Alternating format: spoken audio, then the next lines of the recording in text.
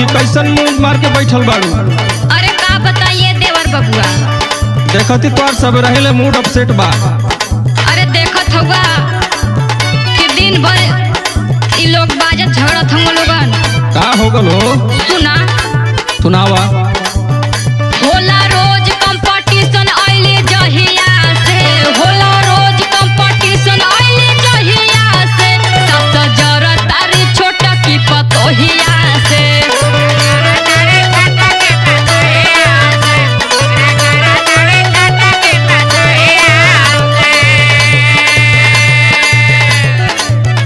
अरे घर में 10 गो बर्तन रहला तो भड़बड़ाइबे करला। आओ सुना।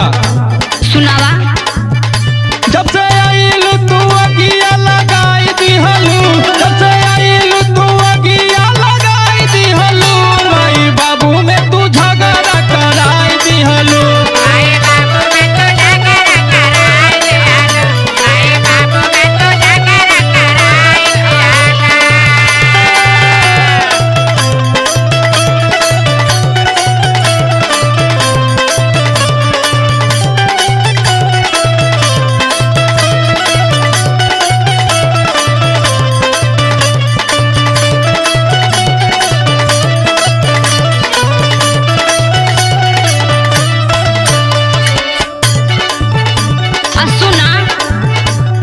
सुनावा सुनावा।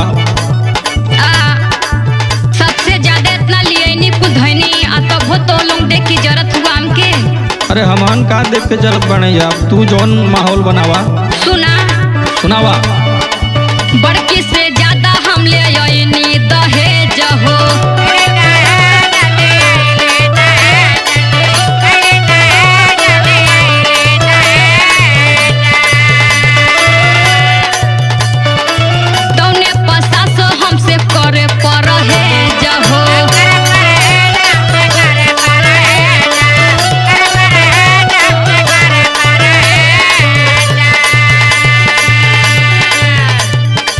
बड़की से ज्यादा हम ले आईनी दहेज हो, तौने पसास हमसे करे परहेज हो।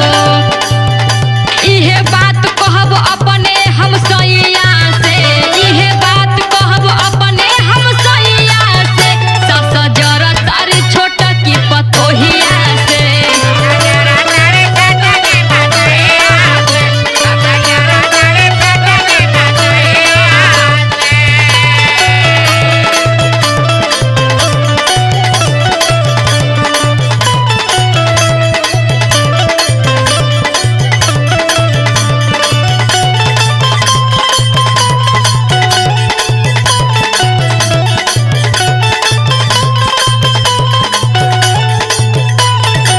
जिया मास्टर।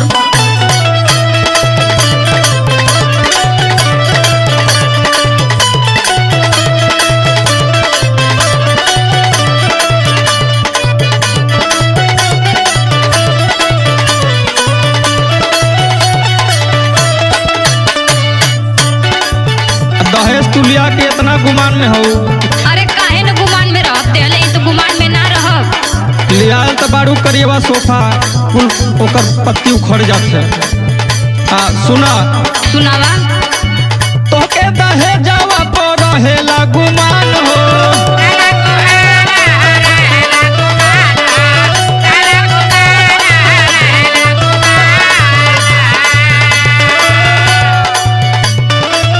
चाहे डूब जाई हमरे घर के सम्मान हो।